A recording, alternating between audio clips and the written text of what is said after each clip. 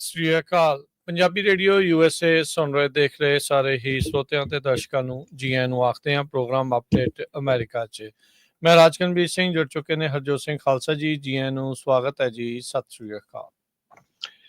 ਸਤਿ ਸ਼੍ਰੀ ਅਕਾਲ, ਧੰਨਵਾਦ ਜੀ ਆਇਆਂ ਨੂੰ। ਪੰਜਾਬੀ ਰੇਡੀਓ USA ਦੇ ਜਿੰਨੇ ਵੀ ਸਰੋਤੇ ਸਾਡੇ ਸਾਰੇ ਹੀ AM ਸਟੇਸ਼ਨਸ, FM ਸਟੇਸ਼ਨਸ, ਘਰਾਂ ਦੇ ਵਿੱਚ ਰੇਡੀਓ ਸੈਟਸ ਦੇ ਰਾਹੀਂ, ਟੈਲੀਫੋਨ ਦੇ ਰਾਹੀਂ, ਫੇਸਬੁੱਕ, YouTube ਤੇ ਲਾਈਵ ਦੇਖ ਰਹੇ ਹੋ, ਸੁਣ ਰਹੇ ਹੋ, ਸਾਰਿਆਂ ਨੂੰ ਜੀ ਆਇਆਂ ਨੂੰ ਤੇ ਬਹੁਤ ਹੀ ਪਿਆਰ ਤੇ ਸਤਿਕਾਰ ਭਰੀ ਸਤਿ ਸ੍ਰੀ ਅਕਾਲ। ਸਰੋਤਿਓ, ਅੱਜ ਅਪ੍ਰੈਲ ਦੀ 29 ਤਰੀਕ ਆ ਤੇ ਦਿਨ ਮੰਗਲਵਾਰ ਆ। ਤੁਹਾਡੇ ਲਈ ਸਵੇਰ ਦਾ ਅਪਡੇਟ ਅਮਰੀਕਾ ਪ੍ਰੋਗਰਾਮ ਲੈ ਕੇ ਹਾਜ਼ਰ ਹੋਏ ਆ। ਸਾਡੇ ਅੱਜ ਦੇ ਇਸ ਪ੍ਰੋਗਰਾਮ ਨੂੰ ਤੁਹਾਡੇ ਸਾਰਿਆਂ ਤੱਕ ਪਹੁੰਚਾਉਣ 'ਚ ਸਹਿਯੋਗ ਕਰਦੇ ਨੇ ਖਾਲਸਾ ਇੰਸ਼ੋਰੈਂਸ ਏਜੰਸੀ, ਜਿਨ੍ਹਾਂ ਦੇ ਕੋਲੋਂ ਹਰ ਇੱਕ ਤਰੀਕੇ ਦੇ ਇੰਸ਼ੋਰੈਂਸ ਕਰਵਾ ਸਕਦੇ ਹੋ। ਇੰਸ਼ੋਰੈਂਸ ਬਾਰੇ ਪਤਾ ਕਰਨ ਲਈ ਕਾਲ ਕਰ ਸਕਦੇ ਹੋ 408-272-2500 ਦੇ ਉੱਤੇ।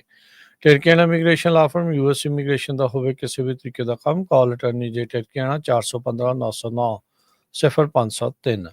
Manjeet Singh Kular, Avtar Singh Manzal, Clovis, Satnam Singh Sunny Purewal, Yuba City, Lakhvir Singh Samra Texas, Gurmel Singh Laddar Bakersfield, Amarjit Singh Stockton, Grewal travel services, Yuba City, tax, payroll, visa, OCI card, passport ਦੀਆਂ ਸਰਵਿਸਿਜ਼ ਲੈ ਸਕਦੇ ਹੋ। ਕਾਲ 5307517605।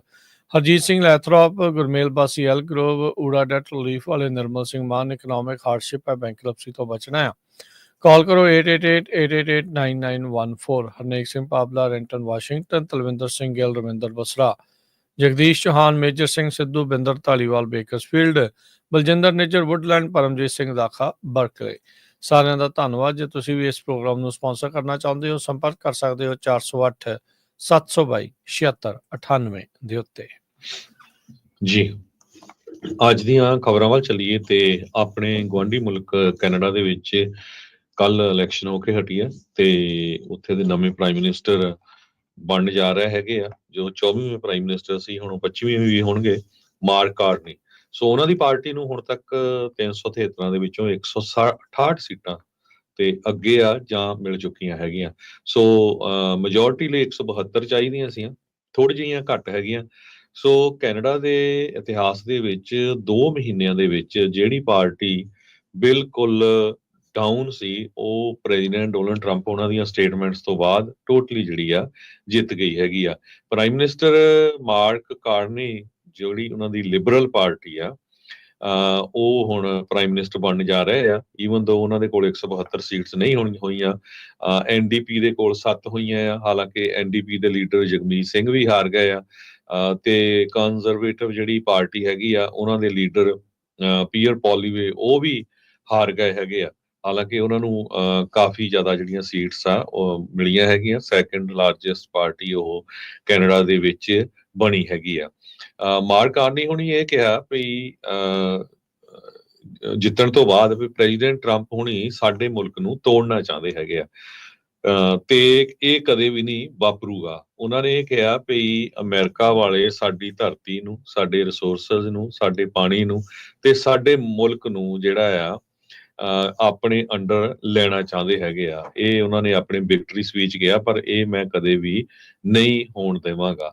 ਨਾਲ ਦੀ ਨਾਲ ਉਹਨਾਂ ਨੇ ਫਿਊਚਰ ਦੇ ਬਾਰੇ ਵੀ ਦੱਸ ਦਿੱਤਾ। ਉਹ ਕਹਿੰਦੇ ਵੀ ਜਿਹੜਾ ਸਾਡਾ ਪੁਰਾਣਾ ਰਿਲੇਸ਼ਨਸ਼ਿਪ ਸੀ US ਦੇ ਨਾਲ, ਖਾਸ ਕਰਕੇ ਸਟੈਡਲੀ ਇਨਕਰੀਜ਼ਿੰਗ ਇੰਟੈਗ੍ਰੇਸ਼ਨ, ਉਹ ਖਤਮ ਹੋ ਚੁੱਕਾ ਆ।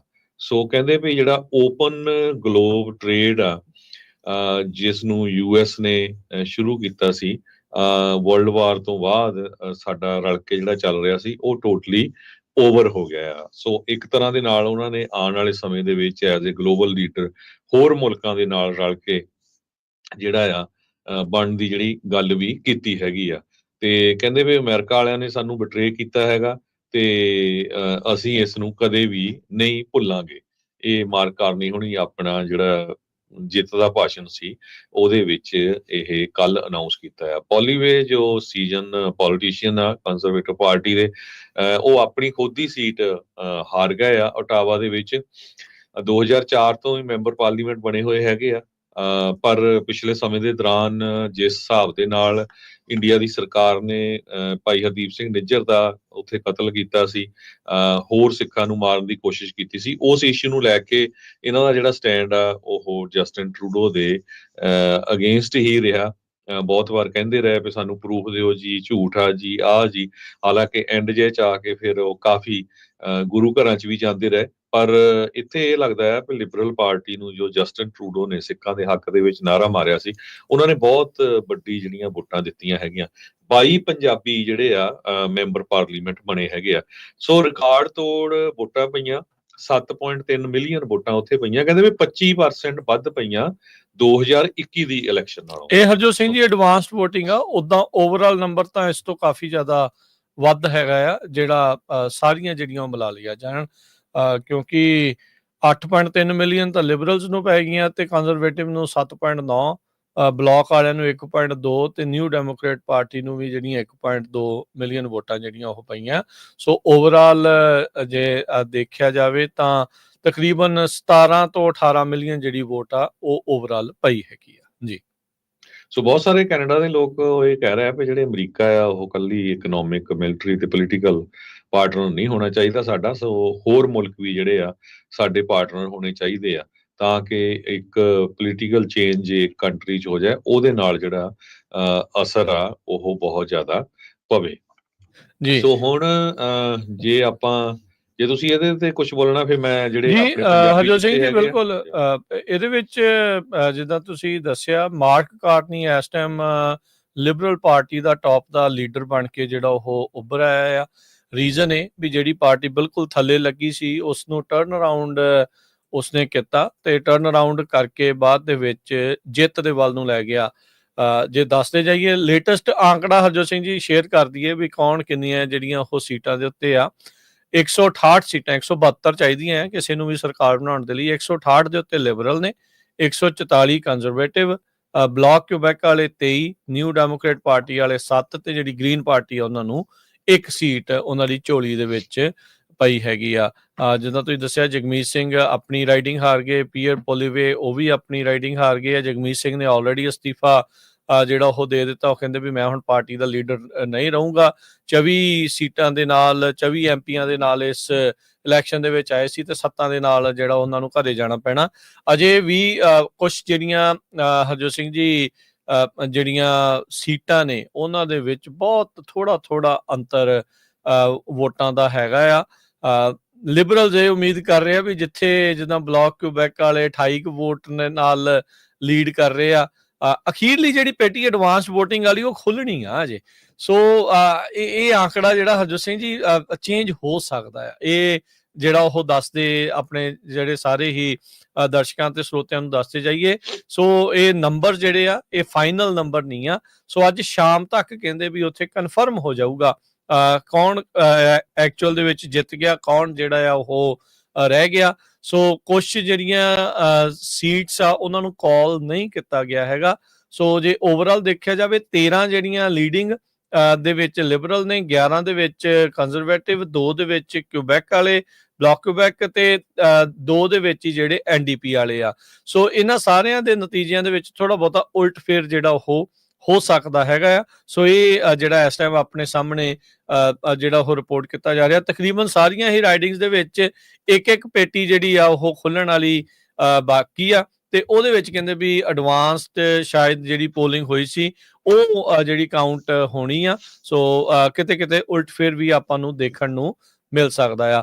ਸੋ ਜਿਹੜਾ ਹਰਜੋਤ ਸਿੰਘ ਜੀ ਇਹਦੇ ਵਿੱਚ ਜਿਹੜਾ NDP ਆ ਉਹ ਕੋਲੈਪਸ ਕਰ ਗਈ, ਪਾਰਟੀ ਦੇ ਤੌਰ ਦੇ ਉੱਤੇ ਕੋਲੈਪਸ ਕਰ ਗਈ। ਜਿਹੜੇ ਪਾਰਟੀ ਦੇ ਲੀਡਰ 2 ਆ ਉਹ ਕੋਲੈਪਸ ਜਿਹੜੇ ਉਹ ਕਰ ਗਏ।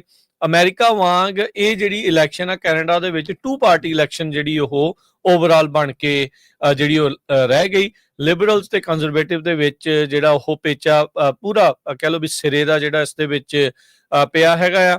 ਕਈਆਂ ਦੇ ਭਵਿੱਖ ਜਿਹੜੇ ਉਹ ਉਜਵਲ ਹੋ ਗਏ ਆ ਤੇ ਕਈ ਜਿਹੜੇ ਉਹਨਾਂ ਦੇ ਸੂਰਜ ਜਿਹੜੇ ਉਹ ਡੁੱਬ ਗਏ ਹੈਗੇ ਆ। ਸੋ 2 ਪਾਰਟੀ ਦੇ ਲੀਡਰ ਆ ਉਹ ਇਸ ਟਾਈਮ ਸੀਟਾਂ ਤੋਂ ਜਿਹੜੇ ਉਹ ਬਗੈਰ ਨੇ। ਬਲਾਕ ਕਿਊਬੈਕ ਵਾਲਿਆਂ ਨੇ ਸੀਟਾਂ ਜਿਹੜੀਆਂ ਉਹ ਲੂਜ਼ ਕੀਤੀਆਂ, ਪਰ ਇਵੈਂਚੁਅਲੀ ਕਿੰਗ ਮੇਕਰ ਦੀ ਭੂਮਿਕਾ ਦੇ ਵਿੱਚ ਆ ਸਕਦੇ ਆ। ਪਰ ਜੇ ਇਹੀ ਆંકੜੇ ਰਹਿੰਦੇ ਆ ਤਾਂ ਲਿਬਰਲਸ NDP ਦੀਆਂ ਜਿਹੜੀਆਂ 7 ਸੀਟਾਂ ਹੈਗੀਆਂ ਉਹਨਾਂ ਦੇ ਨਾਲ ਮਿਲ ਕੇ ਆਸਾਨੀ ਦੇ ਨਾਲ ਸਰਕਾਰ ਬਣਾ ਸਕਦੇ ਆ।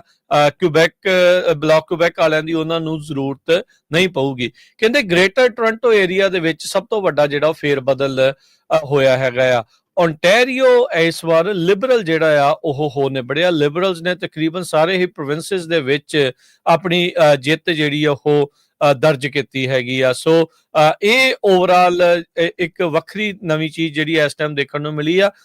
ਓਨਟਾਰੀਓ ਯੂਜਲੀ ਜਿਹੜਾ ਮੋਰ ਕੰਜ਼ਰਵੇਟਿਵ ਹੁੰਦਾ ਆ, ਪਰ ਜਿਹੜੇ ਇੱਥੇ ਜਿਹੜੇ ਲਿਬਰਲਸ ਆ ਉਹ ਇਸ ਵਾਰ ਬਾਜੀ ਜਿਹੜੀ ਉਹ ਮਾਰਦੇ ਹੋਏ ਨਜ਼ਰ ਆਏ ਆ। ਸੋ ਟੋਰਾਂਟੋ ਬਰੈਂਪਟਨ ਜਿਹੜੇ ਆ ਇਲਾਕੇ ਵਾਲਿਆਂ ਦਾ ਉਹਨਾਂ ਨੇ ਕਹਿੰਦੇ ਵੀ ਇਸ ਵਾਰ ਫਰਕ ਕੀਤਾ। ਜੇ ਬ੍ਰਿਟਿਸ਼ ਕੋਲੰਬੀਆ ਦੀ ਹਰਜੋਤ ਸਿੰਘ ਜੀ ਗੱਲ ਕਰਦੇ ਜਾਈਏ ਤਾਂ ਇੱਥੇ ਜਿਹੜਾ ਮੈਚ ਜਿਹੜਾ ਉਹ ਬਰਾਬਰ ਦਾ ਰਿਹਾ।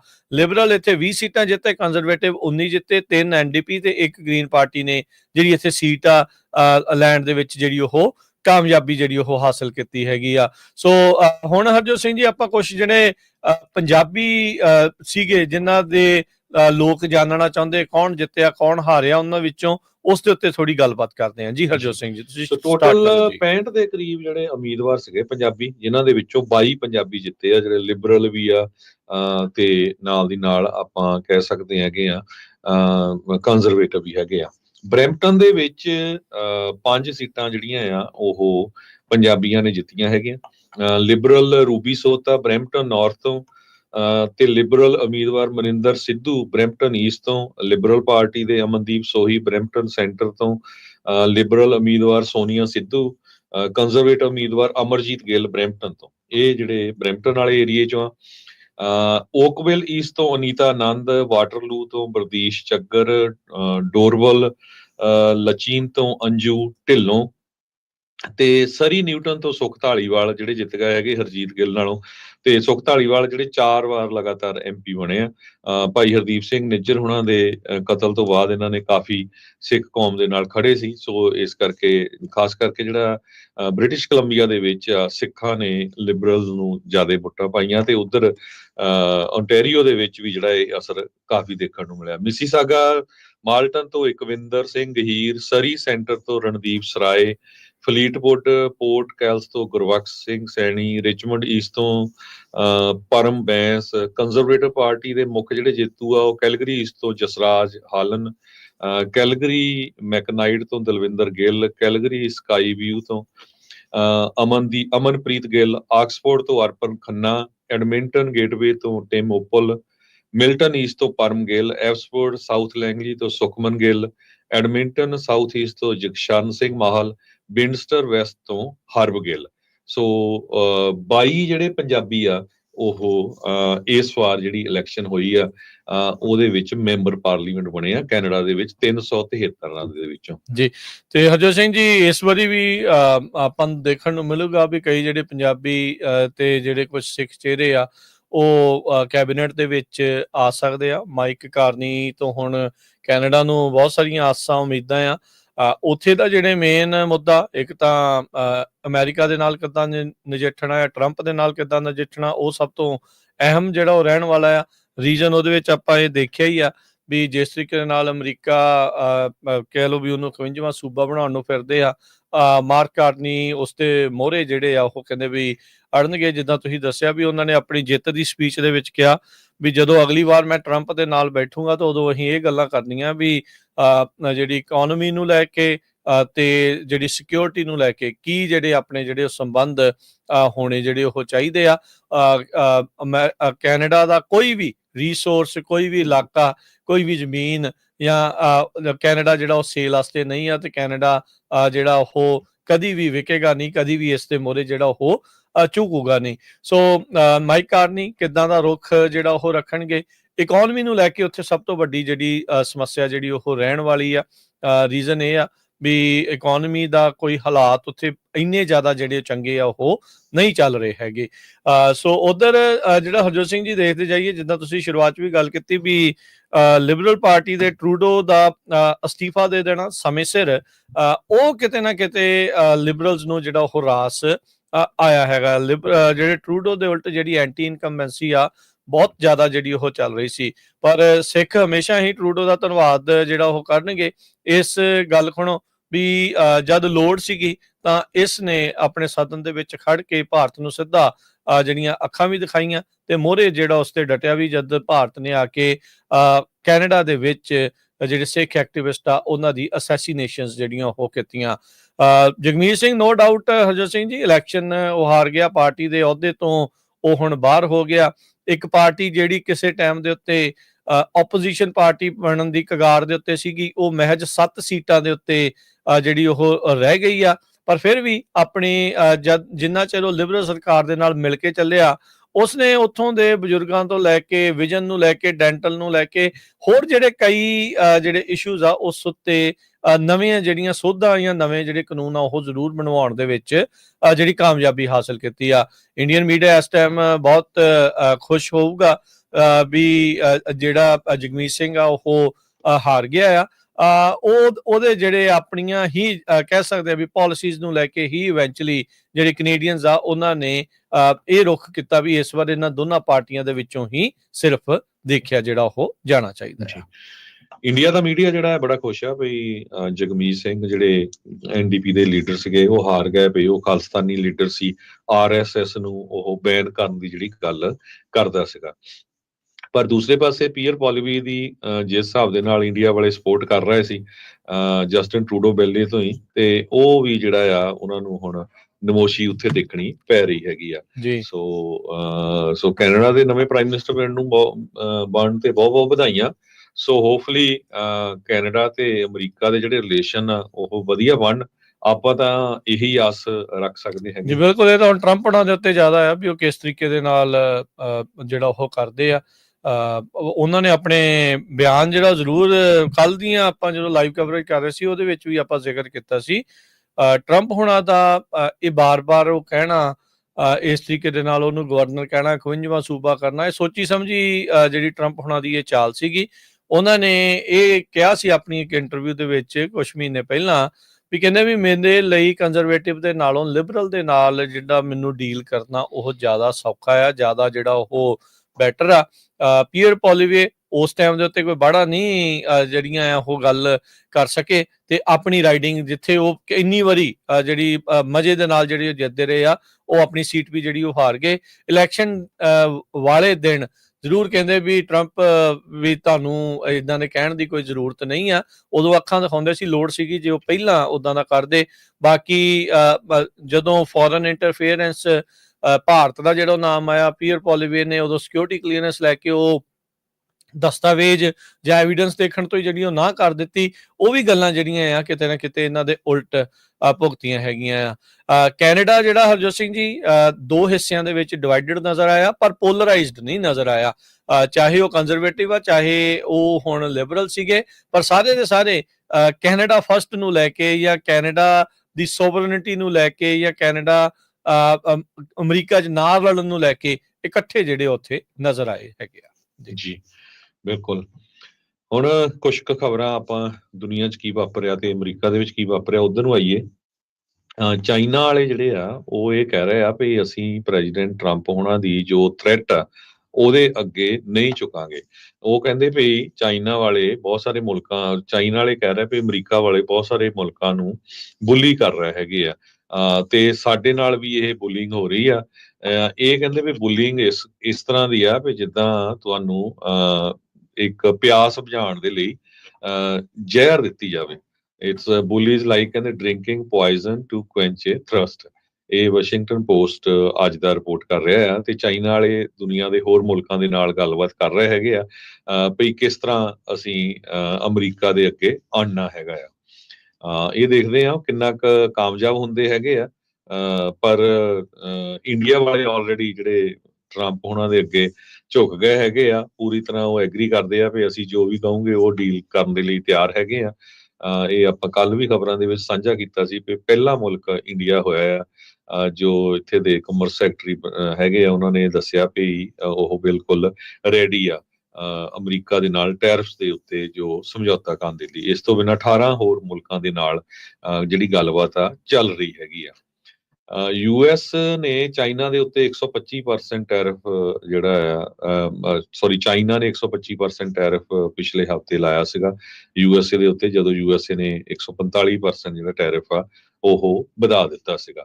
ਸੋ ਇਹਦੇ ਨਾਲ ਬਹੁਤ ਕੁਛ ਇਕੋਨਮੀ ਤੇ ਫਰਕ ਪੈ ਰਿਹਾ, ਸਟਾਕ ਮਾਰਕੀਟ ਹਿੱਲ ਗਈ ਆ, ਰਿਸੈਸ਼ਨ ਦਾ ਜਿਹੜਾ ਖਤਰਾ ਹੋ ਰਿਹਾ ਹੈਗਾ, ਟਰੱਕਿੰਗ ਇੰਡਸਟਰੀ ਤੇ ਬਹੁਤ ਵੱਡਾ ਅਸਰ ਹੋ ਰਿਹਾ। ਸ਼ਿਪਮੈਂਟਸ ਨਹੀਂ ਆ ਰਹੀਆਂ ਹੈਗੀਆਂ। ਸੋ ਬ੍ਰਿਕਸ ਦੀ ਮੀਟਿੰਗ ਦੇ ਵਿੱਚ ਵੀ ਵੈਂਗ ਜੀ ਇੱਕ ਚਾਈਨਾ ਦੇ ਟੌਪ ਦੇ ਡਿਪਲੋਮੈਟ ਆ, ਉਹਨਾਂ ਨੇ ਇਹੀ ਮੈਸੇਜ ਦਿੱਤਾ ਵੀ ਸਾਨੂੰ ਸਾਰਿਆਂ ਨੂੰ ਰਲ ਕੇ ਜਿਹੜਾ ਅਮਰੀਕਾ ਦੇ ਅਗੇਂਸਟ ਖੜਨਾ ਚਾਹੀਦਾ ਹੈਗਾ। ਹੁਣ ਕਿੰਨੇ ਕੁ ਮੁਲਕ ਖੜਦੇ ਆ ਇਹ ਤਾਂ ਆਉਣ ਵਾਲੇ ਦਿਨਾਂ ਦੇ ਵਿੱਚ ਪਤਾ ਲੱਗੂਗਾ। ਜੀ, ਸੋ ਪਰ ਇਹ ਆ ਵੀ ਦੁਨੀਆ ਦੀ ਨੰਬਰ 1 ਤੇ ਨੰਬਰ 2 ਇਕੋਨਮੀ ਇਸ ਟਾਈਮ ਜਿਹੜੀ ਟ੍ਰੇਡ ਵਾਰ ਦੇ ਵਿੱਚ ਕੋਈ ਵੀ ਝੁਕਣ ਨੂੰ ਜਿਹੜਾ ਉਹ ਰਾਜੀ ਨਹੀਂ ਹੈਗਾ। ਤੇ ਇਹ ਸਾਰਾ ਕੁਛ ਜਿਹੜਾ ਉੱਧਰ ਹੋ ਰਿਹਾ ਹੈਗਾ ਆ। ਰਾਸ਼ਟਰਪਤੀ ਟਰੰਪ ਤਾਂ ਇਹ ਹੁਣ ਦਾਅਵਾ ਕਰਦੇ ਰਹੇ ਵੀ ਮੇਰੀ ਸ਼ੀ ਜਿਨਪਿੰਗ ਦੇ ਨਾਲ ਗੱਲ ਹੋਈ ਆ। ਚਾਈਨਾ ਵਾਲੇ ਕਹਿੰਦੇ ਵੀ ਇਹ ਤਾਂ ਗੱਲ ਹੀ ਨਹੀਂ ਹੋਈ। ਹੁਣ ਇਹ ਨਹੀਂ ਪਤਾ ਵੀ ਝੂਠ ਇਹਨਾਂ ਚੋਂ ਕੌਣ ਬੋਲ ਰਿਹਾ ਆ। ਚਾਈਨਾ ਵਾਲਿਆਂ ਨੇ ਇਹ ਕਿਹਾ ਸੀਗਾ ਵੀ ਭਾਈ ਜੇ ਤਾਂ ਤੁਸੀਂ ਚਾਹੁੰਦੇ ਆ ਵੀ ਸਾਡੇ ਨਾਲ ਕਰਨੀ ਆ ਤੁਸੀਂ ਗੱਲਬਾਤ, ਤਾਂ ਪਹਿਲਾਂ ਜਿਹੜੇ ਲਾਏ ਗਏ ਟੈਰਿਫ ਆ ਉਹਨਾਂ ਨੂੰ ਘਟਾਓ, ਵਾਪਸ ਲਓ, ਤੇ ਫਿਰ ਆਪਾਂ ਜਿਹੜੀ ਤੁਹਾਡੇ ਨਾਲ ਗੱਲਬਾਤ ਜਿਹੜੀ ਉਹ ਕਰਾਂਗੇ। ਸੋ ਇਹ ਜਿਹੜੀ ਸਿਚੁਏਸ਼ਨ ਜਿਹੜੀ ਆ ਉਹ ਇੱਧਰ ਜਿਹੜੀ ਉਹ ਚੱਲ ਰਹੀ ਆ। ਸੋ ਟ੍ਰੇਡ ਨੂੰ ਲੈ ਕੇ ਦਾਅਵੇ ਜਿਹੜੇ ਉਹ ਬਹੁਤ ਹੋ ਰਹੇ ਨੇ ਵੀ ਬਹੁਤ ਜ਼ਿਆਦੀਆਂ ਨੈਗੋਸ਼ੀਏਸ਼ਨ ਜਿਹੜੀਆਂ ਚੱਲ ਰਹੀਆਂ ਆ। ਰਾਸ਼ਟਰਪਤੀ ਟਰੰਪ ਹੁਣਾਂ ਨੇ ਟ੍ਰੇਡ ਟੈਰਿਫ ਲਾ ਕੇ ਬਹੁਤ ਵਾਰੀ ਜਿਹੜੇ ਉਹ ਵਾਪਸ ਲੈ ਲਏ ਆ। ਅਗਲੀ ਵਾਰੀ ਇਹਨਾਂ ਦਾ ਕਿੱਦਾਂ ਮਤਲਬ ਰਹੂਗਾ, ਜੇ ਉਹ ਲੱਗਦੇ ਆ ਨਹੀਂ ਲੱਗਦੇ ਆ ਜਾਂ ਫਿਰ ਇਹੀ ਚੀਜ਼ਾਂ ਹੋਣਗੀਆਂ, ਉਹ ਦੇਖਣ ਵਾਲੀ ਜਿਹੜੀ ਉਹ ਗੱਲ ਆ। ਤੇ ਇਸੇ ਟ੍ਰੇਡ ਦੇ ਗੱਲਬਾਤ ਦੇ ਵਿੱਚ ਹਰਜੋਤ ਸਿੰਘ ਜੀ, ਕੈਨੇਡਾ ਦੇ ਪੱਖ ਤੋਂ ਜੇ ਆਪਾਂ ਗੱਲ ਕਰੀਏ ਤਾਂ ਹੁਣ ਜਦੋਂ ਮਾਰਕ ਕਾਰਨੀ ਹੁਣਾਂ ਨੇ ਗੱਲਬਾਤ ਕਰਨੀ ਆ ਟਰੰਪ ਹੁਣਾਂ ਦੇ ਨਾਲ ਟ੍ਰੇਡ ਤੇ ਸਿਕਿਉਰਿਟੀ ਨੂੰ ਲੈ ਕੇ, ਇਹ ਦਾਅਵੇ ਨਾਲ ਮੈਂ ਕਹਿ ਸਕਦਾ ਵੀ ਟਰੰਪ ਹੁਣਾਂ ਨੇ ਕਹਿਣਾ ਵੀ ਭਾਈ ਤੈਨੂੰ ਮੈਂ ਜਿਤਾਇਆ। ਸੋ ਬਾੜੀ ਚੀਚੀ ਨਾ ਕਰ, ਬਾੜੀ ਏਦਾਂ ਗੱਲ ਨਾ ਕਰ ਵੀ ਮੇਰੇ ਬਿਆਨਾਂ ਕਰਕੇ ਜਿਹੜਾ ਆ ਤੇਰੀ ਪਾਰਟੀ ਦੀ ਜਾਂ ਤੇਰੀ ਜਿਹੜੀ ਉਹ ਜਿੱਤ ਹੋਈ ਆ।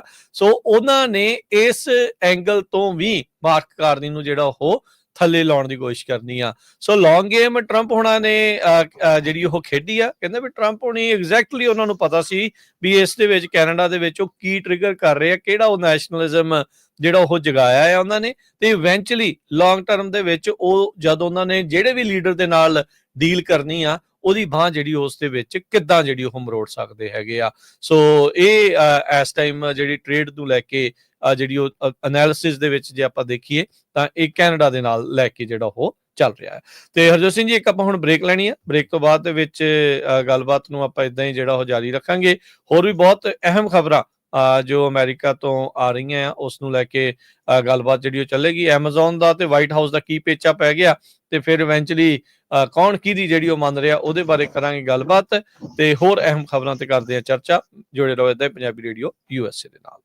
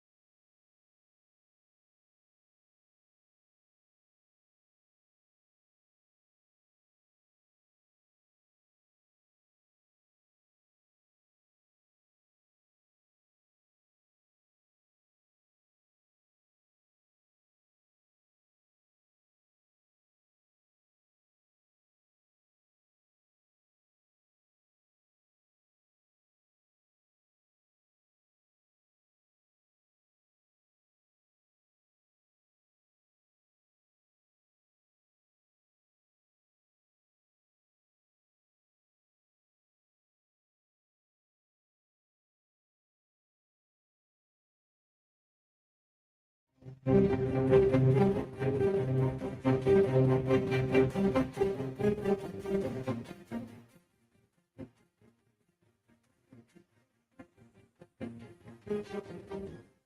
ਤੋਂ ਬਾਅਦ ਇੱਕ ਵਾਰੀ ਫਿਰ ਆਪ ਸਭ ਦਾ ਸਵਾਗਤ ਹੈ ਸੁਤ ਪ੍ਰੋਗਰਾਮ ਦੇ ਵਿੱਚ। ਪ੍ਰੋਗਰਾਮ ਚੱਲ ਰਿਹਾ ਜੀ ਇਸ time update America. Harjot Singh ji ਸਵਾਗਤ ਕਰਦੇ ਹਾਂ। ਸਤਿ ਸ਼੍ਰੀ ਅਕਾਲ ਜੀ। ਸਤਿ ਸ਼੍ਰੀ ਅਕਾਲ, ਧੰਨਵਾਦ ਜੀ ਆਇਆਂ ਨੂੰ।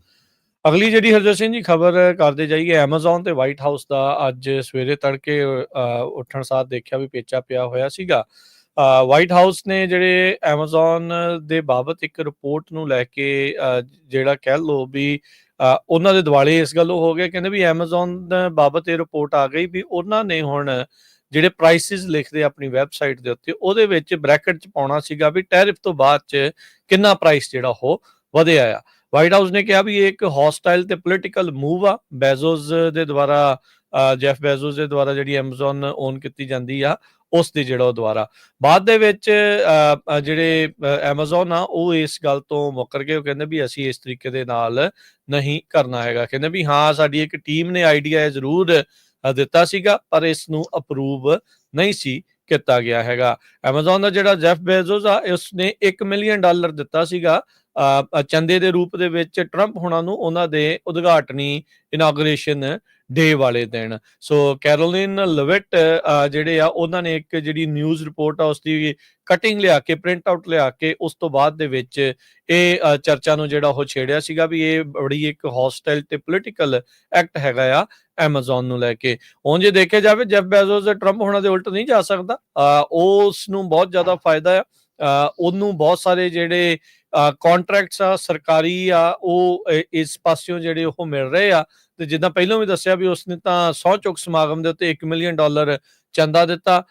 ਜਿਹੜੀ ਇਸ ਦੇ ਦੁਆਰਾ ਓਨ ਕੀਤੀ ਜਾਂਦੀ ਅਖਬਾਰ ਵਾਸ਼ਿੰਗਟਨ ਪੋਸਟ ਆ ਉਸ ਦੇ ਕਈ ਐਡੀਟਰ ਅਸਤੀਫਾ ਦੇ ਗਏ ਕਿਉਂਕਿ ਉਹ ਲਿਖਣਾ ਚਾਹੁੰਦੇ ਸੀ ਟਰੰਪ ਹੋਣਾ ਦੀਆਂ ਕ੍ਰਿਟਿਕ ਬਣ ਕੇ, ਪਰ ਇਹਨਾਂ ਨੇ ਕਹਿੰਦੇ ਵੀ ਕਈ ਜਿਹੜੇ ਐਡੀਟੋਰੀਅਲ ਵੀ ਜਿਹੜੇ ਉਹ ਰੋਕੇ ਸੀਗੇ।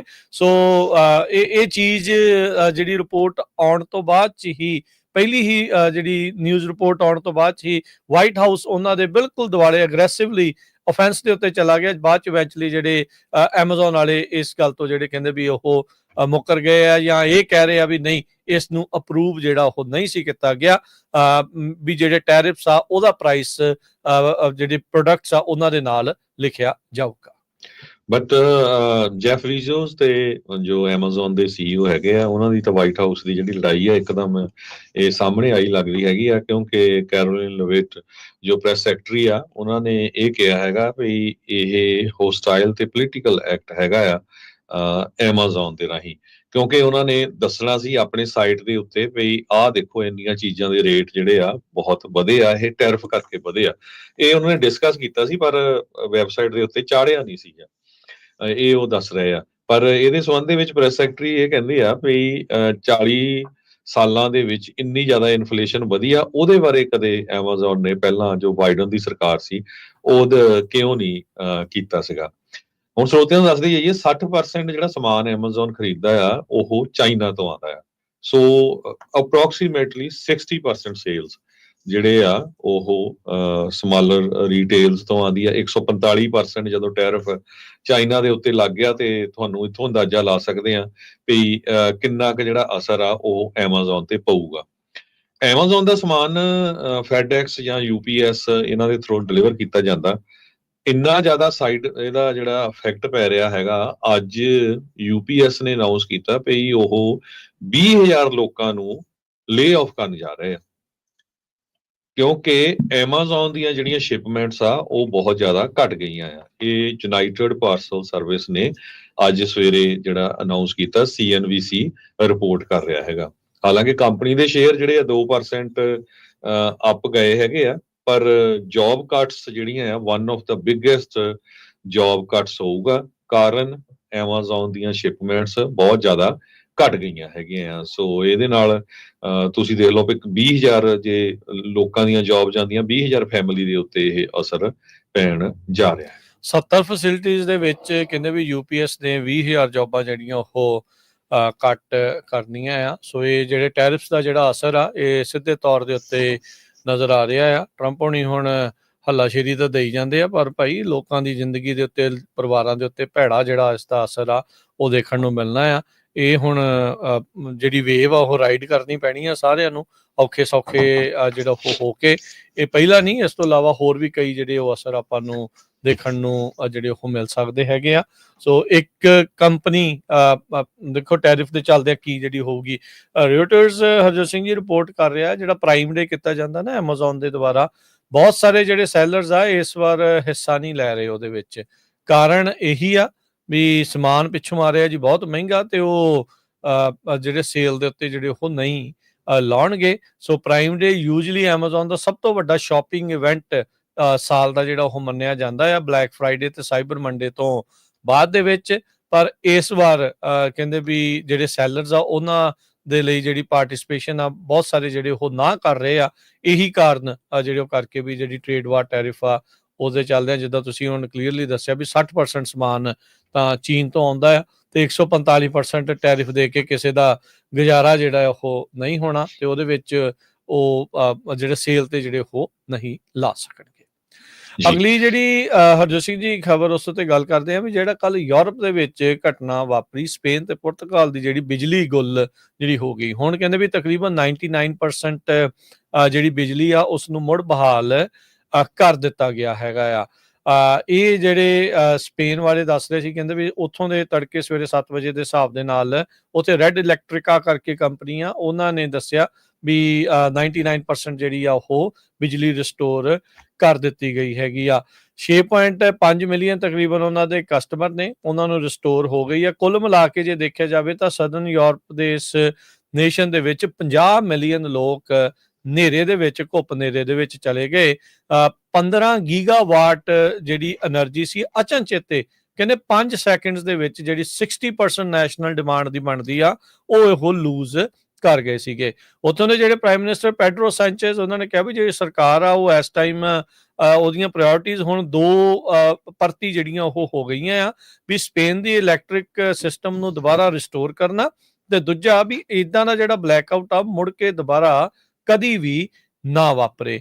ਐਡਵਾਰਡੋ ਪੀਏਟਰੋ ਡਾਇਰੈਕਟਰ ਆਫ ਸਰਵਿਸਿਜ਼ ਹੈਗੇ ਨੇ ਉੱਥੋਂ ਦੇ ਸਿਸਟਮ ਆਪਰੇਸ਼ਨ ਦੇ, ਉਹਨਾਂ ਨੇ ਕਿਹਾ ਵੀ ਇਲੈਕਟ੍ਰਿਸਿਟੀ ਆਪਰੇਟਰ ਨੇ ਹੀ ਨੋਟ ਕੀਤੀਆਂ back to back disconnection events blackout ਜਿਹੜੀਆਂ ਉਹ ਹੋਣ ਤੋਂ ਪਹਿਲਾਂ।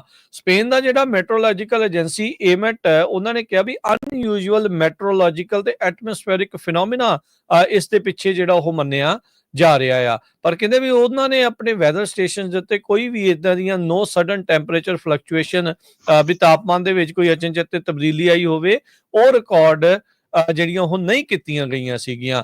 ਨਾਲ ਹੀ ਜਿਹੜੀ ਪੁਰਤਗਾਲ ਦੀ ਨੈਸ਼ਨਲ ਸਾਈਬਰ ਸਿਕਿਉਰਿਟੀ ਸੈਂਟਰ ਉਹਨਾਂ ਨੇ ਕਨਫਰਮ ਕੀਤਾ ਵੀ ਇਸ ਦੇ ਵਿੱਚ ਕੋਈ ਫਾਊਲ ਪਲੇ ਨਹੀਂ ਆ, ਯਾਨੀ ਕਿ ਹੈਕਿੰਗ ਗ੍ਰਿਡ ਦੀ ਜਿਹੜੀ ਉਹ ਨਹੀਂ ਹੋਈ ਹੈਗੀ। ਸੋ ਇਹ ਆਊਟੇਜ ਕਿਉਂ ਹੋਈ, ਕਿਵੇਂ ਹੋਈ, ਇਹ ਇੱਕ ਵੱਡੀ ਜਿਹੜੀ ਚਿੰਤਾ ਦਾ ਵਿਸ਼ਾ ਜਿਹੜਾ ਉਹ ਨਾਲ ਬਣਿਆ ਆ, ਤੇ ਇਨਵੈਸਟੀਗੇਸ਼ਨ ਉਸ ਦੀ ਪੂਰੀ ਚੱਲ ਰਹੀ ਆ। ਉੱਥੇ ਮੈਡਰਿਡ ਓਪਨ ਜਿਹੜਾ ਲਾਨ ਟੈਨਿਸ ਦੇ ਟੂਰਨਾਮੈਂਟ ਜਿਹੜੇ ਚੱਲ ਰਹੇ ਸੀ ਉਹ ਵੀ ਰੱਦ ਕਰਨੇ ਪਏ, ਜਹਾਜ਼ ਚੱਲਣੇ ਬੰਦ ਹੋ ਗਏ, ਟਰੈਵਲਰਸ ਫਸ ਗਏ, ਹਰ ਥਾਂ ਦੇ ਉੱਤੇ ਟ੍ਰੇਨਸ ਦੇ ਵਿੱਚ, ਬੱਸਾਂ ਦੇ ਵਿੱਚ, ਸਕੂਲ ਬੰਦ ਹੋ ਗਏ, ਨਿਊਕਲੀਅਰ ਪਲਾਂਟ ਤੱਕ ਵੀ ਜਿਹੜਾ ਹਰਜੋਤ ਸਿੰਘ ਜੀ ਉਹਨਾਂ ਨੂੰ ਬੰਦ ਕਰਨੇ ਜਿਹੜੇ ਉਹ ਪੈ ਗਏ।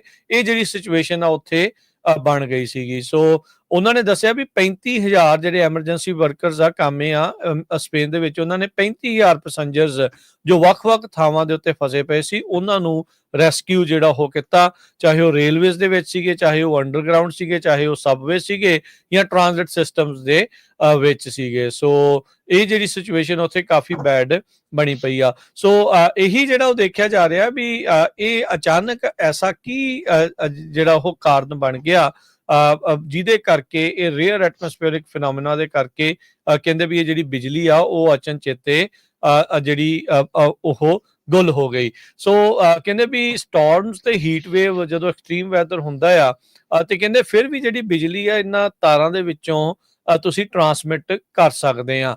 ਪਰ ਕਹਿੰਦੇ ਵੀ ਪ੍ਰੋਬਲਮ ਇਹ ਆ ਗਈ ਵੀ ਜਿਹੜੇ ਕੰਡਕਟਰਸ ਆ ਤੇ ਜਿਹੜੇ ਆਕਸੀਲੇਟ ਕਰਨ ਲੱਗ ਗਈਆਂ ਤਾਰਾਂ, ਤੇ ਉਸ ਤੋਂ ਬਾਅਦ ਦੇ ਵਿੱਚ ਬਲੈਕਆਊਟ ਹੋਣੇ, ਡਿਸਕਨੈਕਸ਼ਨ ਜਿਹੜੀਆਂ ਉਹ ਹੋਣੀਆਂ ਸ਼ੁਰੂ ਹੋ ਗਈਆਂ, ਤੇ ਉਹਦੇ ਕਰਕੇ ਇਹ ਹੁਣ ਇੱਕ ਪ੍ਰੋਬਲਮ ਆਈ ਆ। ਇਸੇ ਦਰਮਿਆਨ ਇੱਕ ਹੋਰ ਚਰਚਾ ਨਾਲ ਜਿਹੜੀ ਹਰਜੋਤ ਸਿੰਘ ਜੀ ਚੱਲੀ ਆ ਰੀਨਿਊਏਬਲਸ ਬੇਸਡ ਜਿਹੜੀ એનર્ਜੀ ਆ ਉਸ ਨੂੰ ਲੈ ਕੇ। ਸੋ ਹੁਣ ਇੱਥੇ ਨਵਾਂ ਜਿਹੜਾ ਸਵਾਲ ਇਹ ਆਇਆ ਆ ਵੀ ਕੀ ਜਿਹੜੀਆਂ ਰੀਨਿਊਏਬਲ એનર્ਜੀ ਆ ਉਹਦਾ ਵੀ ਕੋਈ ਇਸ ਦੇ ਵਿੱਚ ਹਿੱਸਾ ਰਿਹਾ ਆ, ਕਿਤੇ ਉਹਦੇ ਬੇਸ ਦੇ ਉੱਤੇ ਜਿਹੜੀਆਂ ਗ੍ਰਿਡਸ ਹੁੰਦੀਆਂ ਆ ਉਹਨਾਂ ਦੇ ਫੇਲ ਹੋਣ ਦਾ ਕਿਤੇ ਕਾਰਨ ਆ, ਉਹ ਉਹਦੇ ਵਿੱਚ ਕੋਈ ਜ਼ਿਆਦਾ ਕਾਰਨ ਤਾਂ ਨਹੀਂ ਜਿਹੜਾ ਉਹ ਬਣਦਾ, ਉਹ ਜ਼ਿਆਦਾ ਤਾਂ ਨਹੀਂ ਉਹਨਾਂ ਨੂੰ ਨੁਕਸਾਨ ਹੋ ਸਕਦਾ। ਸੋ ਇੱਥੇ ਕਈ ਤਰੀਕੇ ਦੀਆਂ ਜਿਹੜੀਆਂ ਹੁਣ ਪ੍ਰੋਬਲਮਸ ਆ ਉਹਨਾਂ ਨੂੰ ਇਨਵੈਸਟੀਗੇਟ ਕੀਤਾ ਜਾਊਗਾ। ਸੋ ਉਮੀਦ ਕਰਦੇ ਆ ਵੀ ਆਉਣ ਵਾਲੇ ਸਮੇਂ 'ਚ ਇਦਾਂ ਦੀ ਘਟਨਾ ਚਾਹੇ ਯੂਰਪ 'ਚ ਵਾਪਰੀ ਆ, ਕਿਸੇ ਵੀ ਥਾਂ ਦੇ ਉੱਤੇ ਉਹ ਨਾ ਵਾਪਰੇ। ਜੀ ਬਿਲਕੁਲ। ਅਗਲੀ ਖਬਰ ਵੱਲ ਚਲੀਏ। ਪ੍ਰੈਜ਼ੀਡੈਂਟ ਡੋਨਲਡ ਟਰੰਪ ਉਹਨਾਂ ਦੇ ਐਡਮਿਨਿਸਟ੍ਰੇਸ਼ਨ ਦੇ 100 ਦਿਨ ਹੋ ਜਾਣੇ ਆ ਇਸ ਹਫ਼ਤੇ ਦੇ ਵਿੱਚ। 100 ਦਿਨਾਂ ਦੇ ਵਿੱਚ ਬਹੁਤ ਕੁਝ ਜਿਹੜਾ ਆ ਚੇਂਜ ਹੋਇਆ ਹੈਗਾ।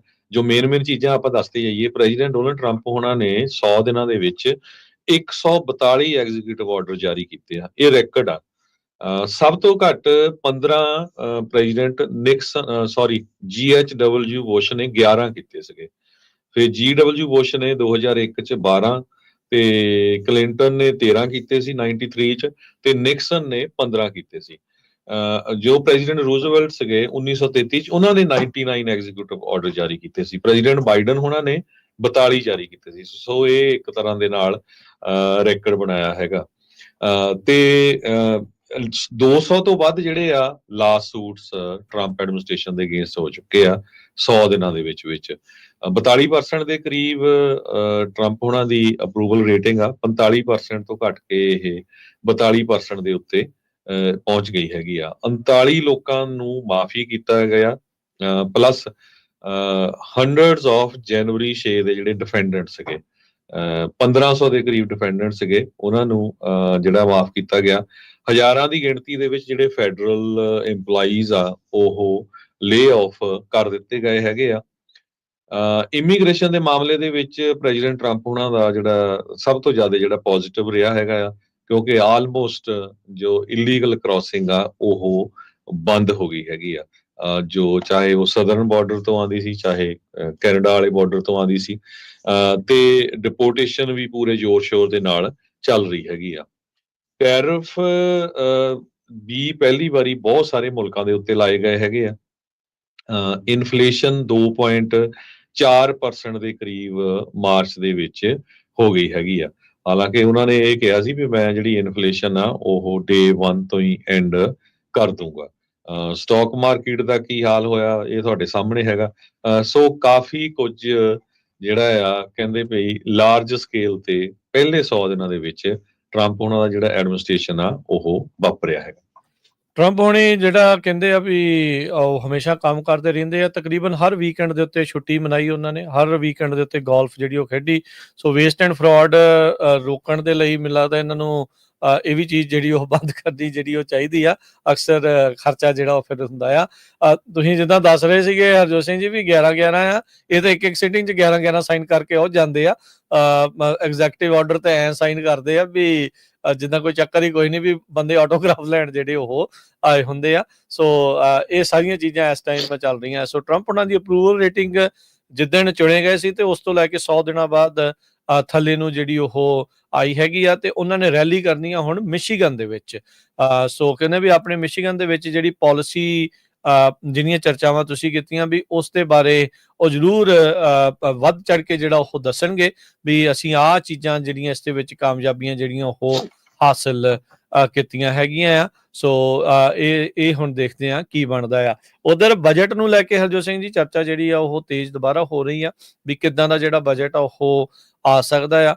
ਮੈਡੀਕੇਅਰ, ਸੋਸ਼ਲ ਸਿਕਿਉਰਿਟੀ, ਮੈਡੀਕੇਡ, ਇਹਦੇ ਵਿੱਚ ਕੱਟ ਤਾਂ ਨਹੀਂ ਜਿਹੜੇ ਉਹ ਲੱਗਣਗੇ, ਇਹ ਦੇਖਣ ਵਾਲੀ ਗੱਲ ਆ। ਇਮੀਗ੍ਰੇਸ਼ਨ ਕ੍ਰੈਕਡਾਊਨ ਦੇ ਲਈ ਕਾਫੀ ਵੱਡੀ ਜਿਹੜੀ ਰਾਸ਼ੀ ਆ ਉਹ ਰਾਸ਼ਟਰਪਤੀ ਟਰੰਪ ਕਾਂਗਰਸ ਤੋਂ ਮੰਗ ਕਰ ਰਹੇ ਆ ਵੀ ਮੈਨੂੰ ਇਮੀਗ੍ਰੇਸ਼ਨ ਮਾਸ ਡੈਪੋਟੇਸ਼ਨਸ ਕਰਨ ਦੇ ਲਈ ਹੋਰ ਮਨੀ ਜਿਹੜੀ ਉਸਦੀ ਜ਼ਰੂਰਤ ਹੈਗੀ ਆ। ਉਧਰ ਜਿਹੜੇ ਸੈਨੇਟਰ ਬਰਨੀ ਸੈਂਡਰਸ ਤੇ ਜਯਾਪਾਲ ਹੈਗੇ ਨੇ, ਉਹ ਮਿਲ ਕੇ ਇੱਕ ਮੈਡੀਕੇਅਰ ਟੂ ਆਲ ਅਮਰੀਕਨਸ, ਉਹ ਇੱਕ ਬਿੱਲ ਨੂੰ ਦੁਬਾਰਾ ਰੀਇੰਟਰੋਡਿਊਸ ਕਰਨ ਬਾਰੇ ਜਿਹੜਾ ਉਹ ਸੋਚ ਰਹੇ ਹੈਗੇ ਆ। ਸੋ ਹੁਣ ਦੇਖੋ ਅੱਗੇ ਜਿਹੜਾ ਉਹ ਕੀ ਓਵਰਆਲ ਜਿਹੜਾ ਉਹ ਬਣਦਾ ਆ। ਪਰ ਰਾਸ਼ਟਰਪਤੀ ਟਰੰਪ ਜਿਹੜੀ ਆ ਮਿਸ਼ੀਗਨ ਦੇ ਵਿੱਚ ਰੈਲੀ ਕਰਕੇ ਆਪਣੇ 100 ਦਿਨਾਂ ਦਾ ਓਵਰਆਲ ਜਿਹੜਾ ਚਿੱਠਾ ਆ, ਕਿੱਥੇ ਉਹ ਸਟੈਂਡ ਕਰਦੇ ਆ, ਕੀ ਉਹ ਸੋਚ ਰਹੇ ਆ, ਤੇ ਅੱਗੇ ਹੋਰ ਕਿਹੜੀਆਂ ਚੀਜ਼ਾਂ ਜਿਹੜੀਆਂ ਆ ਉਹ ਲੈ ਕੇ ਆਉਣਗੇ, ਉਸ ਬਾਰੇ ਮਿਸ਼ੀਗਨ ਦੇ ਵਿੱਚ ਜਲਦ ਹੀ ਆਪਣੀ ਰੈਲੀ 'ਚ ਦੱਸਿਆ ਜਾਵੇਗਾ। ਜੀ, ਕੱਲ੍ਹ ਆਪਾਂ ਖਬਰ ਸਾਂਝੀ ਕੀਤੀ ਸੀ ਵੀ ਪ੍ਰੈਜ਼ੀਡੈਂਟ ਡੋਨਲਡ ਟਰੰਪ ਹੁਣੀ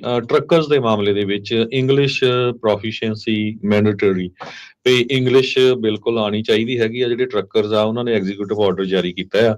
ਉਹਦੇ ਸੰਬੰਧ ਦੇ ਵਿੱਚ ਹੁਣ ਸਿੱਖ ਕੋਲੀਸ਼ਨ ਉਹਨਾਂ ਨੇ ਆਪਣਾ ਜਿਹੜਾ ਆ ਉਹਨਾਂ ਨੇ ਇਹ ਕਿਹਾ ਆ ਵੀ ਇਹ ਜਿਹੜੀ ਸਿੱਖ ਕਮਿਊਨਿਟੀ ਆ ਵੀ ਸਾਨੂੰ ਲੱਗਦਾ ਵੀ ਇੱਕ ਤਰ੍ਹਾਂ ਨਾਲ ਉਹਨਾਂ ਨੂੰ ਟਾਰਗੇਟ ਕੀਤਾ ਗਿਆ ਵੀ 1.5 ਲੱਖ ਤੋਂ ਵੱਧ ਜਿਹੜੇ ਸਿੱਖ ਆ ਉਹ ਟਰੱਕਿੰਗ ਇੰਡਸਟਰੀ ਦੇ ਵਿੱਚ ਹੈਗੇ ਆ। ਬਹੁਤ ਸਾਰੇ ਜਿਹੜੇ ਬਿਜ਼ਨੈਸਿਸ ਆ ਉਹਨਾਂ 'ਚ ਹਜੇ ਵੀ ਡਿਫਰੈਂਟ ਲੈਂਗੁਏਜਸ ਯੂਜ਼ ਕੀਤੀਆਂ ਜਾਂਦੀਆਂ। ਹਾਲਾਂਕਿ ਸੇਫਟੀ ਵਾਲਾ ਵੀ ਇਸ਼ੂ ਹੈਗਾ। ਇਕੱਲੇ ਪੰਜਾਬੀ ਨਹੀਂ ਟਰੱਕਰਸ, ਇਥੋਪੀਆ, ਚਾਈਨਾ, ਮੈਕਸੀਕਨ ਹੋਰ ਬਹੁਤ ਨੇ, ਹਿਸਪੈਨਿਕ ਸਪੈਨਿਸ਼ ਬਹੁਤ ਮੂਲ ਦੇ ਬਹੁਤ ਆ। ਨੇ। ਤੇ ਇਸ ਮਾਮਲੇ ਦੇ ਵਿੱਚ ਸਿੱਖ ਕੋਲੀਸ਼ਨ ਨੇ ਆਪਣਾ ਜਿਹੜਾ ਪ੍ਰੋਟੈਸਟ ਆ ਉਹ ਵਾਈਟ ਹਾਊਸ ਦੇ ਕੋਲ ਜਾਰੀ ਕੀਤਾ ਹੈਗਾ। ਕਹਿੰਦੇ ਵੀ ਇੱਕ ਤਰ੍ਹਾਂ ਦੇ ਨਾਲ ਇਹ ਡਿਸਕ੍ਰਿਮੀਨੇਟਰੀ ਇੰਪੈਕਟ ਹੋਊਗਾ ਇਹਦਾ।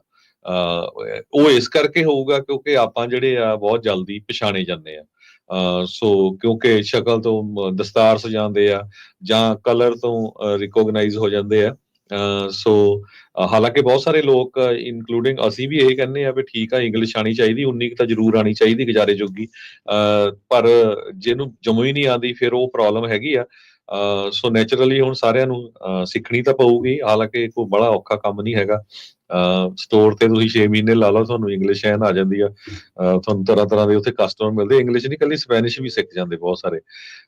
ਸੋ ਸਿੱਖ ਕੋਲੀਸ਼ਨ ਨੇ ਇਹ ਜਿਹੜਾ ਪ੍ਰੋਟੈਸਟ ਆ, ਜਿਹੜਾ ਸਿੱਖ ਐਡਵੋਕੇਸੀ ਗਰੁੱਪ ਆ, ਉਹਨਾਂ ਨੇ ਇਹ ਕਿਹਾ ਵੀ ਇਹ ਅਨਫੇਅਰਲੀ ਡਿਸਐਡਵਾਂਟੇਜ ਹੋਊਗਾ ਇਮੀਗ੍ਰੈਂਟ ਡਰਾਈਵਰਸ ਦੇ ਲਈ, ਜਿਨ੍ਹਾਂ ਨੇ ਕੋਵਿਡ ਦੇ ਦੌਰਾਨ ਜਿਹੜੀ ਆ ਜਦੋਂ ਕੋਈ ਹੋਰ ਨਹੀਂ ਨਿਕਲਦੇ ਸੀ ਉਸ ਟਾਈਮ ਦੇ ਉੱਤੇ ਉਹਨਾਂ ਨੇ ਜਿਹੜੀ ਟਰੱਕਿੰਗ ਇੰਡਸਟਰੀ ਨੂੰ ਚਾਲੂ ਰੱਖਿਆ।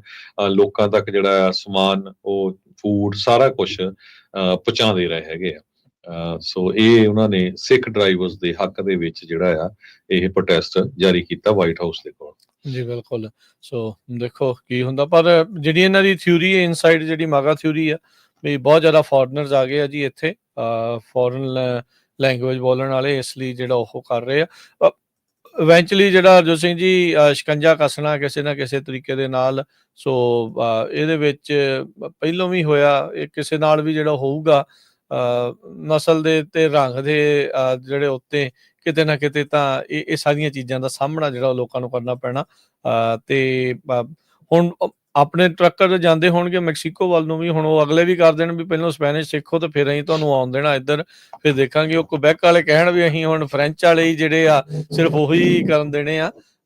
ਸੋ ਠੀਕ ਆ, ਹਾਂ ਵੀ ਜਿੱਦਾਂ ਤੁਸੀਂ ਦੱਸਿਆ ਵੀ ਗੱਲਬਾਤ ਕਰਨ ਜੋਗੀ ਜਿਹੜੀ ਆ, ਉਹ ਸਮਝਾਉਣ ਜੋਗੀ, ਕਰਨ ਜੋਗੀ ਜਿਹੜੀ ਉਹ ਜ਼ਰੂਰ ਆਉਣੀ ਚਾਹੀਦੀ ਆ। ਉੱਥੇ ਵੀ ਗਲਤੀ ਹੋ ਜਾਂਦੀ ਵੀ ਆਪਾਂ ਸਿੱਖਣੀ ਹੋਈ ਨਹੀਂ ਬਿਲਕੁਲ ਵੀ, ਉਹ ਵੀ ਨਹੀਂ। ਪਰ ਇਹ ਆ ਵੀ ਇਸ ਦੀ ਆੜ ਦੇ ਵਿੱਚ ਲੋਕਾਂ ਨੂੰ ਤੰਗ ਪਰੇਸ਼ਾਨ ਵੀ ਜਿਹੜਾ ਉਹ ਨਾ ਕੀਤਾ ਜਾਵੇ। ਆਪਾਂ ਦੇਖ ਹੀ ਰਹੇ ਹਾਂ ਵੀ ਜਿਸ ਤਰੀਕੇ ਦੇ ਨਾਲ ਸੂਬੇ ਖਾਸ ਕਰਕੇ ਮਿਡਲ ਜੇ ਦੇ ਵਿੱਚ ਅਮਰੀਕਾ 'ਚ ਉਹ ਇਸ ਵਾਲੇ ਪਾਸੇ ਨੂੰ ਇੱਕ ਨਾ ਦਿਖਣ ਵਾਲੀ ਜਿਹੜੀ ਕੰਧ ਆ ਉਹ ਉਸਾਰ ਰਹੇ ਆ। ਸੋ ਲੈਟਸ ਸੀ ਉਹਦਾ ਕੀ ਅਸਰ ਓਵਰਆਲ ਇੰਡਸਟਰੀ ਦੇ ਉੱਤੇ ਪਊਗਾ ਜੇ ਇਦਾਂ ਟਰੱਕਰਸ ਡਰਾਈਵਰਸ ਜਿਹੜੇ ਹਰਜੋਤ ਸਿੰਘ ਜੀ ਬਾਹਰ ਕਰ ਦਿੱਤੇ ਗਏ ਵੱਡੇ ਪੱਧਰ ਦੇ ਉੱਤੇ ਜਿਹੜੇ ਉਹ ਜੇ ਹੁੰਦੇ ਆ ਤਾਂ ਸਪਲਾਈ ਚੇਨ ਦੇ ਉੱਤੇ ਵੀ ਇਸ ਦਾ ਜਿਹੜਾ ਉਹ ਮਾੜਾ ਅਸਰ ਪੈ ਸਕਦਾ ਹੈ। ਪਹਿਲਾਂ ਅਮਰੀਕਾ ਦੇ ਟਰੱਕਰਸ ਤੇ ਨਹੀਂ ਪੈਣਾ, ਜਿਹੜੇ ਹੁਣ ਕੈਨੇਡਾ ਤੋਂ ਆਣੇ ਆ। ਹਾਂਜੀ, ਕੈਨੇਡਾ, ਮੈਕਸੀਕੋ ਤੋਂ ਆਉਣੇ ਆ ਵਾਲੀ ਸਾਈਡ ਤੋਂ 1000 ਤੋਂ ਵੱਧ ਟਰੱਕ ਜਿਹੜਾ ਹਰ ਰੋਜ਼ ਅਮਰੀਕਾ ਚ ਆਉਂਦਾ। ਇਦਾਂ ਹੀ ਈਸਟ ਵਾਲੀ ਸਾਈਡ ਤੋਂ ਡੈਟਰੋਇਟ ਜਾਂ ਹੋਰ ਤੋਂ ਆਉਂਦੇ ਹੋਊਗੇ। ਸੋ ਉਹਨਾਂ ਦੇ ਉੱਤੇ ਕਿੰਨਾ ਜਿਹੜਾ ਅਸਰ ਪਊਗਾ, ਨੈਚੁਰਲੀ ਉਹਨਾਂ ਨੂੰ ਵੀ ਤਾਂ ਰੋਕੂਗੇ ਫਿਰ ਵੀ ਹਾਂ ਜੀ ਤੁਹਾਨੂੰ ਇੰਗਲਿਸ਼ ਆਉਂਦੀ ਆ ਨਹੀਂ ਆਉਂਦੀ, ਕੀ ਪ੍ਰੋਬਲਮ ਹੈਗੀ ਆ।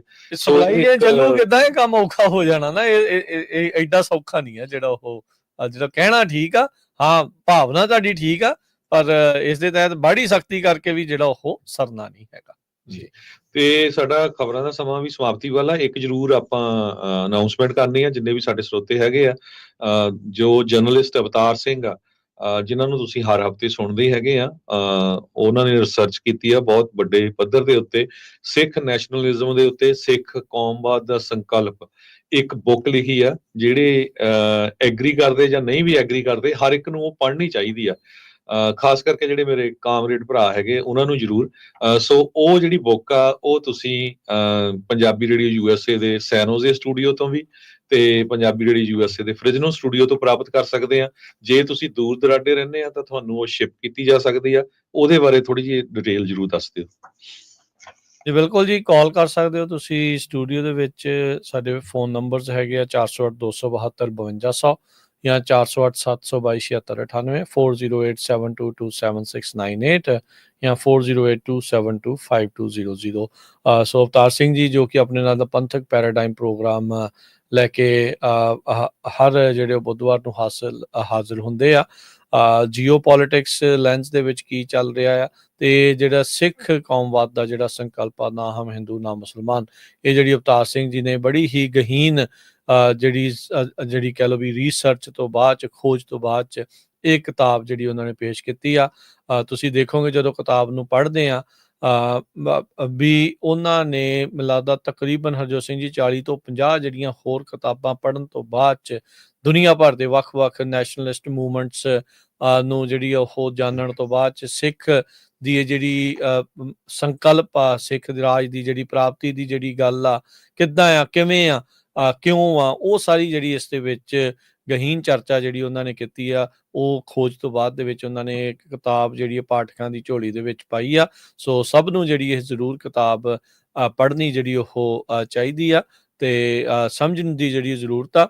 ਕਈ ਕਿਤਾਬਾਂ ਹੁੰਦੀਆਂ ਤੁਹਾਨੂੰ ਕਈ ਵਾਰ ਜਿਹੜੀਆਂ ਉਹ ਪੜ੍ਹਨੀਆਂ ਪੈਂਦੀਆਂ, ਤੇ ਪਰ ਇਹ ਆ ਵੀ ਅੱਜ ਦੇ ਜ਼ਮਾਨੇ ਦੇ ਹਿਸਾਬ ਦੇ ਨਾਲ ਉਹਨਾਂ ਨੇ ਬੜੇ ਵਧੀਆ ਢੰਗ ਦੇ ਨਾਲ ਜਿਹੜੀ ਇਹ ਕਿਤਾਬ ਆ ਉਹ ਲਿਖ ਕੇ ਜਿਹੜੀ ਉਹ ਪੇਸ਼ ਕੀਤੀ ਆ। ਸੋ ਸਾਰੇ ਜਾਣੇ ਜਿਹੜੇ ਵੀ ਪਾਠਕ ਨੇ ਪੰਜਾਬੀ, ਨਾਲੇ ਪੰਜਾਬੀ ਚ ਇਹ ਕਿਤਾਬ ਆ, ਸੌਖਾ ਕੰਮ ਜਿਹੜਾ ਇਸ ਵਿੱਚ ਕੀਤਾ। ਜ਼ਿਆਦਾਤਰ ਇਦਾਂ ਦੀਆਂ ਕਿਤਾਬਾਂ ਆਪਾਂ ਇੰਗਲਿਸ਼ ਦੇ ਵਿੱਚ ਜਿਹੜੀਆਂ ਦੇਖਦੇ ਆ, ਪਰ ਇਹ ਉਹਨਾਂ ਨੇ ਪੰਜਾਬੀ ਦੇ ਵਿੱਚ ਇਹ ਜਿਹੜੀ ਕਿਤਾਬ ਖੋਜ ਭਰਪੂਰ ਜਿਹੜੀ ਇਹ ਕਿਤਾਬ ਜਿਹੜੀ ਉਹ ਛਾਪੀ ਆ। ਸੋ ਜ਼ਰੂਰ ਸਾਰੇ ਜਾਣੇ ਵੱਧ ਤੋਂ ਵੱਧ ਇਸ ਕਿਤਾਬ ਨੂੰ ਆਪੋ ਆਪਣੇ ਘਰਾਂ ਦੇ ਵਿੱਚ ਜਿਹੜਾ ਉਹ ਰੱਖੋ, ਇਸ ਨੂੰ ਪੜ੍ਹੋ ਤੇ ਆਪਣੀ ਜਿਹੜੀ ਆ ਜਾਣਕਾਰੀ ਦੇ ਵਿੱਚ ਹੋਰ ਵਾਧਾ ਕਰੋ।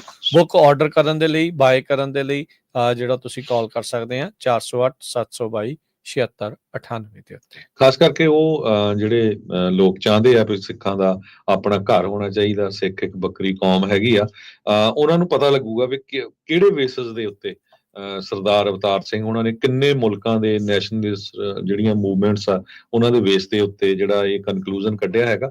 ਸੋ ਬਹੁਤ ਹੀ ਵਧੀਆ ਬੁੱਕ ਹੈਗੀ ਆ। ਇਹਨਾਂ ਦੇ ਰਿਵਿਊ ਵੀ ਕਰਮਜੀਤ ਸਿੰਘ ਹੋਣੀ, ਹੋਰ ਜਸਵੀਰ ਸਿੰਘ ਸ਼ੀਰੀ, ਉਹਨਾਂ ਨੇ ਬਹੁਤ ਵਧੀਆ ਦਿੱਤੇ ਆ, ਤੇ ਪੜ੍ਹ ਕੇ ਅਜਮੇਰ ਪਤਾ ਸਿੰਘ ਹੋਣਾ ਨੇ ਵੀ ਜੀ ਬਿਲਕੁਲ। ਸੋ ਜਿਨ੍ਹਾਂ ਨੂੰ ਆਪਾਂ ਸਾਰੇ ਜਾਣੇ ਸੁਣਦੇ ਹੀ ਆ, ਸੋ ਉਹਨਾਂ ਦਾ ਜਿਹੜਾ ਲਿਖਿਆ ਤੁਹਾਨੂੰ ਪੜ੍ਹਨ ਨੂੰ ਜਿਹੜਾ ਉਹ ਮਿਲੇਗਾ, ਤੇ ਜੇ ਤੁਹਾਨੂੰ ਉਹਨਾਂ ਦੀ ਗੱਲਬਾਤ ਚੰਗੀ ਲੱਗਦੀ ਹੈ ਤਾਂ ਕਿਤਾਬ ਹੋਰ ਵੀ ਵਧੀਆ ਜਿਹੜੀ ਉਹ ਜ਼ਰੂਰ ਲੱਗੇਗੀ। ਸੋ ਹੁਣ ਲੈਣੇ ਇਜਾਜ਼ਤ, ਸਭ ਨੂੰ ਪਿਆਰ ਭਰੀ ਸਤਿ ਸ਼੍ਰੀ ਅਕਾਲ।